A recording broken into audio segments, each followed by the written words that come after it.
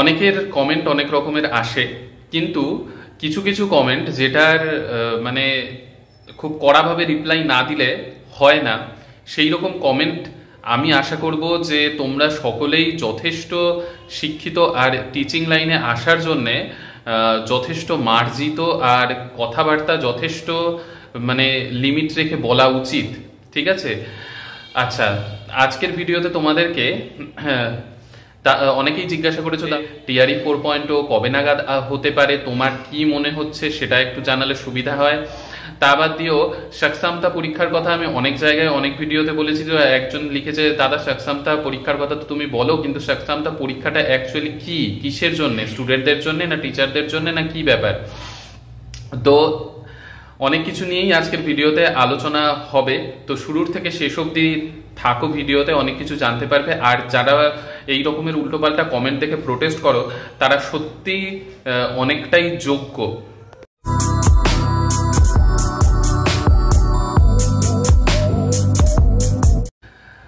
Welcome back to AC canvas to a new video. আজকের video আমি শুরু করছি প্রথমেই একটু কড়া কথা দিয়ে।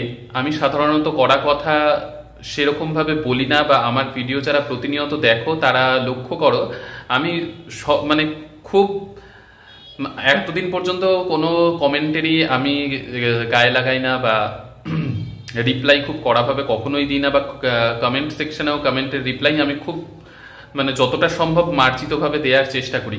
কিন্তু গতকাল একটা কমেন্ট যেটা প্রিয়া নামের একটা আইডি থেকে এসেছিল, এবার আইডি তো অনেকেই বানায়, এবার আদতেও ছেলে না মেয়ে, ফিমেল ক্যান্ডিডেট না মেল ক্যান্ডিডেট জানি না, তবে প্রিয়া নামক আইডি থেকেই এই কমেন্টটা এসেছিল, যেটা আমি এখানে শো করিয়ে দিচ্ছি।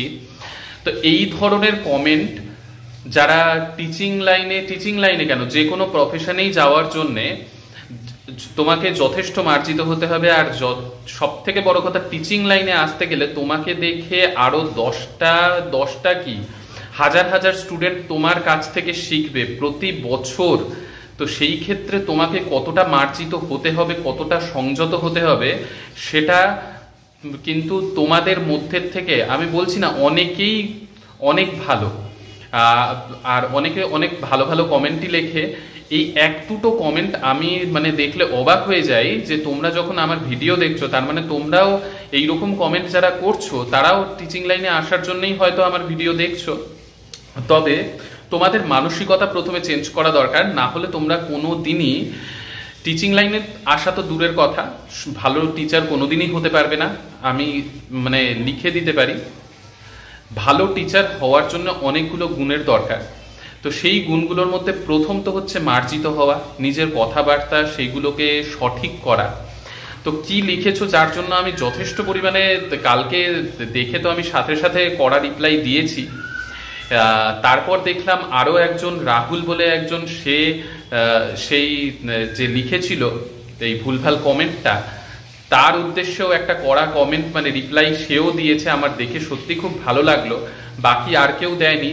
তো আমি এটাই বলবো যে তোমরা কমেন্ট সেকশনে হয়তো অনেকেই কমেন্ট দেখো, কমেন্টে যখনই দেখবে কেউ ভুলভাল কিছু কমেন্ট করছে, তো তোমাদের যদি সত্যি মনে হয় হ্যাঁ সেটা ভুল, অবশ্যই রিপ্লাই দেবে।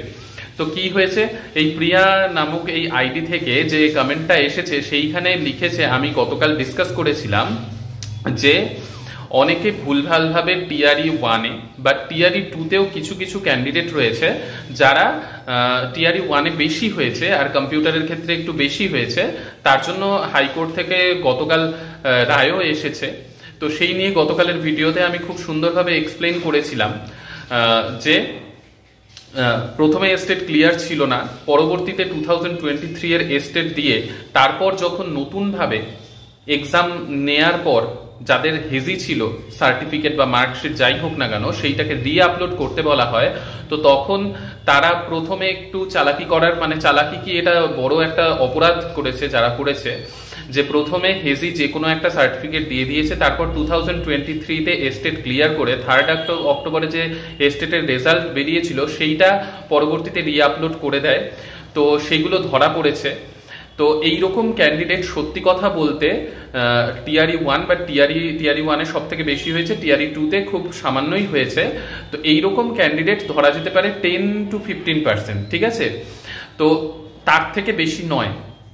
বাকি 80% বা 75% একদম ফ্রেশ ভাবে চাকরি পেয়েছে, যেগুলো যোগ্যতা দরকার সেগুলোর বেসিসেই চাকরি পেয়েছে। তো এই প্রিয়া নামক এই আইডি থেকে সে লিখেছে কি যে ও নাকি যা দেখেছে, যা শুনেছে সেই অনুযায়ী 70%ই ভুলভালভাবে হয়েছে। এই প্যানেলটা এখনো পর্যন্ত কেন ক্যান্সেল হয়নি এটাই নাকি ওর কাছে চিন্তার বিষয়। মানে এইটা দেখে একটা মানে কি বলবো, মানে যথেষ্ট অমানুষের মতো মানে কমেন্ট। প্রথম কথা, কারণ মানুষের মতো মানুষ হতে গেলে প্রথমে একটা কথা বলি যে তুমি কারোর জন্য ভালো না চাও, ঠিক আছে, কিন্তু কারোর জন্য খারাপ চাওয়াটা এটা একদমই মানে অনেক বড় অপরাধ। তুমি কারোর জন্য ভালো নাই চাইতে পারো, কিন্তু কারোর জন্য তুমি খারাপ কামনা করবে এটা একদমই হওয়া উচিত নয়। কেন এই কথাটা বললাম?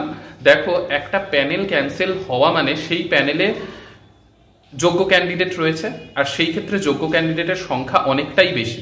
অযোগ্য ক্যান্ডিডেট যারা এইরকম ভাবে এসেছে কিছু ভুলভ্রান্তি করে, তাদেরকে বের করার প্রসেস চলছে বা তাদেরকে বের করা যেতে পারে, সেটা ঠিক আছে। এইরকম কমেন্ট আসলে সেটা বাঞ্ছনীয়, কিন্তু পুরো প্যানেল ক্যান্সেল করার কথা যে তুমি ভাবছো, তুমি একটা তোমার মেসেজ দেখেই বোঝা যাচ্ছে তুমি বাঙালি, বিহারের নও।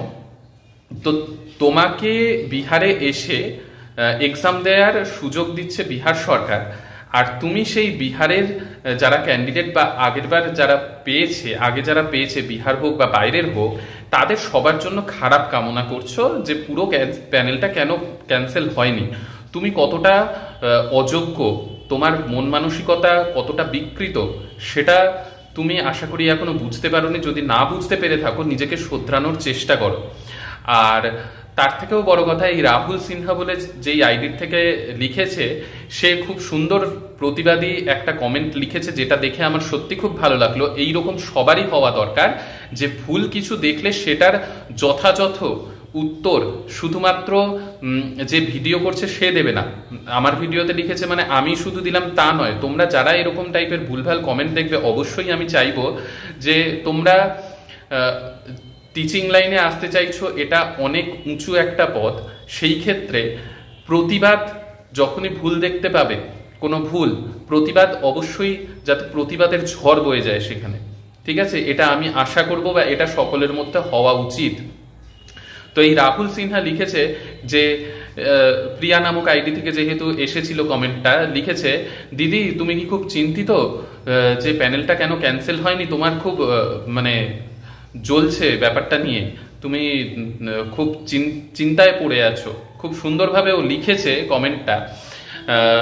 তো ব্যাপার হচ্ছে, এই যে প্রতিবাদী একটা রিপ্লাই তুমি দিয়েছো রাহুল সিনহা, তোমাকে থ্যাঙ্কস। আর আজকে সকালবেলা উঠে যখন আমি এই কমেন্টটা দেখি, কমেন্টটা আবার খুলি, তখন দেখতে পাই সেই যে কমেন্ট প্রিয়ার নামক আইডি থেকে এসেছিল, সেই কমেন্টটা আর দেখতে পারা যাচ্ছে না। তো সে হয়তো কমেন্টটা ডিলিট করে দিয়েছে।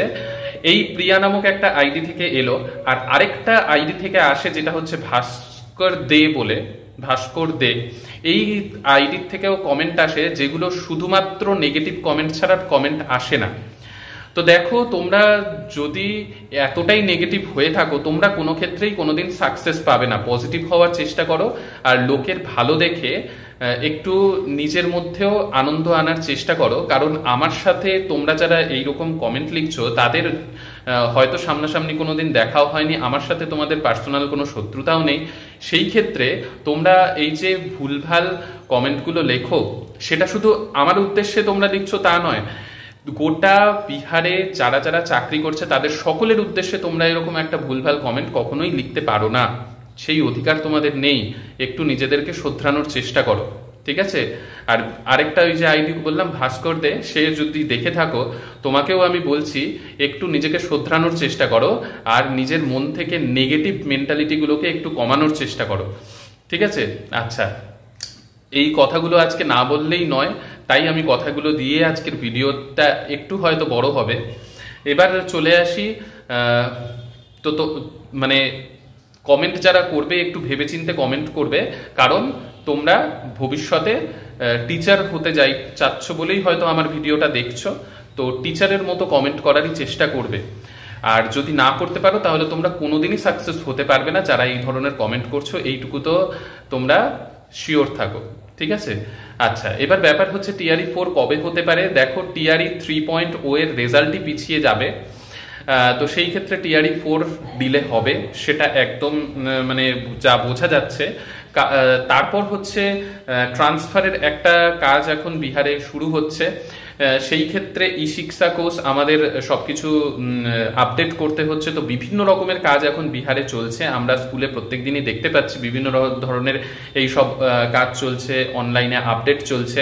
তো তার জন্য একটু ডিলে হবে। এবার একটু বলতে সেটা কতটা, দেখো সেটা এখন বলাটা সত্যিই মুশকিল, তবে এই বছরের লাস্টের দিকে বা নতুন বছরের মধ্যে হওয়ার খুব সম্ভাবনা রয়েছে।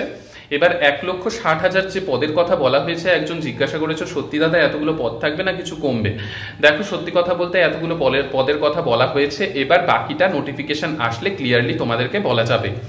এবার নেক্সট হচ্ছে সক্ষমতা পরীক্ষা। আমি বারবার ভিডিওতে যে বলি, সেই সক্ষমতা পরীক্ষাটা অ্যাকচুয়ালি কি, সেটা হচ্ছে বিহারে নিয়োজিত টিচার হিসেবে টিচার রিক্রুটমেন্ট হয়েছিল, মানে যারা 10 বছর, কেউ কেউ 16-17 বছর এইরকমভাবে, বা 6th ফেজে অনেকের রিক্রুটমেন্ট হয়েছিল, এইরকম অনেকগুলো রিক্রুটমেন্ট বিহারে হয়। তো তারা রাজ্যকর্মীর দরজা পায়নি, মানে রাজ্যকর্মী হিসেবে তারা চিহ্নিত হয়নি। তো তাদেরকে রাজ্যকর্মী বানানোর জন্য সেই সব টিচারদের জন্য সক্ষমতা পরীক্ষা নেওয়া হচ্ছে এখন, যেটা শুরু হচ্ছে, ঠিক আছে? তো সেইটাই হচ্ছে টিচারদের জন্য পরীক্ষা, সক্ষমতা পরীক্ষা, যেটা 1 নম্বর সক্ষমতা 1 হয়ে গেছে, এখন সক্ষমতা 2 চলছে। তো সেটাই সক্ষমতা পরীক্ষা। আর বাকি তোমরা যারা সাবজেক্ট কম্বিনেশন নিয়ে কালকের ভিডিও দেখে চিন্তিত, তো দেখো সাবজেক্ট কম্বিনেশনের নোটিফিকেশনে যা লেখা রয়েছে সেইটা বাদ দিয়ে অন্য কিছুই হবে না। বা অনেকে লিখেছো দাদা বাংলার জন্য সাবজেক্ট কম্বিনেশন কি, ল্যাঙ্গুয়েজ গ্রুপের জন্য কোনো সাবজেক্ট কম্বিনেশন নেই, সায়েন্স আর সোশ্যাল সায়েন্সের জন্যই সাবজেক্ট কম্বিনেশন রয়েছে, ঠিক আছে? তো আশা করি আজকের ভিডিওটা আমি অনেক কিছু বললাম, তোমাদের ভালো লেগে থাকলেও জানাতে পারো, বা কিছু তোমাদের ভুল লেগে থাকলেও জানাতে পারো। তবে আমার যেটা ঠিক মনে হলো আমি সেটাই আজকের ভিডিওতে শেয়ার করলাম। তো ভালো লাগলে লাইক, শেয়ার, সাবস্ক্রাইব করো। নেক্সট ভিডিওতে আবার তোমাদের সাথে নতুন কিছু ইনফরমেশন নিয়ে দেখা হবে। তো সুস্থ থেকো, ভালো থেকো, বাই।